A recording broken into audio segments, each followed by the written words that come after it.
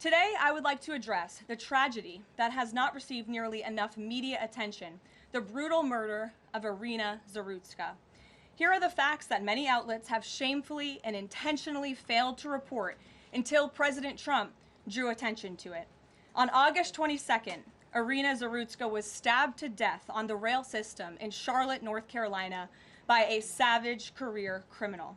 This is a public transportation system that many in the area use every single day to go to school and work. Iryna was on the train that night traveling home from her job at a pizzeria, still in uniform from her shift. This beautiful, innocent 23-year-old young woman was a Ukrainian refugee who had recently fled her country for a chance at a safer life and a promising new beginning here in the United States of America.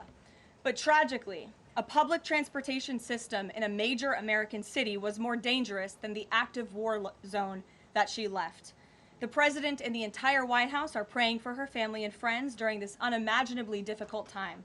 But while we extend our thoughts and prayers, we must also seek justice for this crime and call attention to this heinous incident.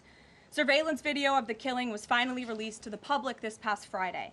It shows the alleged killer, Decarlos Brown Jr., pull out a knife, get up from his seat behind Iryna, and prepare to thrust a blade into her neck before the released footage gets cut. This is pure evil on full display.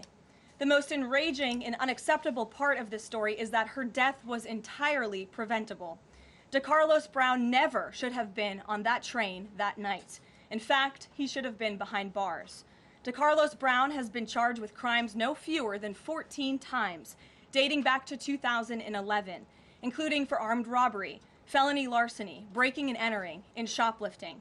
Brown had previously served 5 years in prison for a robbery with a deadly weapon charge, and he had also forfeited bonds 3 different times, twice in 2014 and once in 2023. Despite all of this past documented criminal history, when Brown was arrested yet again in January of this past year, a Democrat judge, who I will add was a strong supporter of former Vice President Kamala Harris, released this insane criminal once again without requiring him to pay any bail. He simply had to sign a written promise to return for his court hearing. Think about how crazy it is to ask a career criminal, someone who by definition repeatedly breaks the law, to just sign a written promise and come back again another day. This is madness. This monster should have been locked up, and Iryna should still be alive.